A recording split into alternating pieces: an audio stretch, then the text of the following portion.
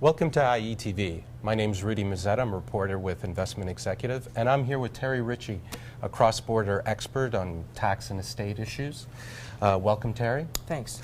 Today we'll be talking about a new U.S. surtax, and it's related to the new U.S. Healthcare Act that will affect Americans and green card holders in Canada. Can you tell us about this new surtax? It's known as the Obamacare tax. So it came out of Obamacare. It's 3.8%.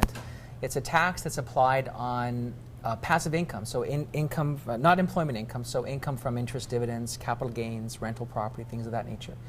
And the problem is that the thresholds for the 3.8% tax coming in are rather low. So for an American filing married separate, that threshold is $125,000. For a married couple, it's $250,000. So when we have income levels exceeding those amounts, then the 3.8% surtax will be applied on, again, on top of the dividend rate, the ordinary rates for dividends, for capital gains, and for interest and other passive income.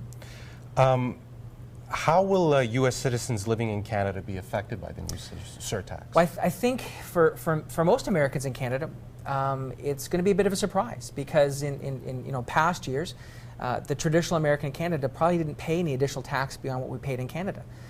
The foreign earned income exclusion and the foreign tax credits that we get to apply from Canada on the U.S. return were enough.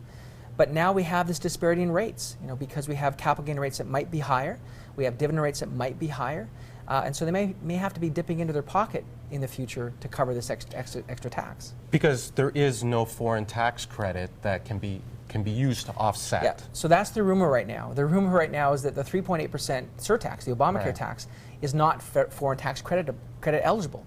So this is additional tax that we're going to have to pay, Americans in Canada will have to pay without any foreign tax credit relief. So it sucks. Right. Are there any options, clear options at the moment?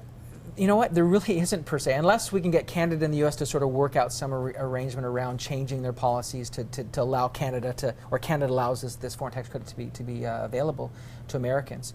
I think what I'm suggesting to other advisors is that if you've been somewhat passive in the past, you've got to be more hands-on. You've got to sit down with your clients on a quarterly basis and make them aware of the impact that this additional tax might be for them, because they're going to be a surprise. There's going to be some folks who are going to have this surprise.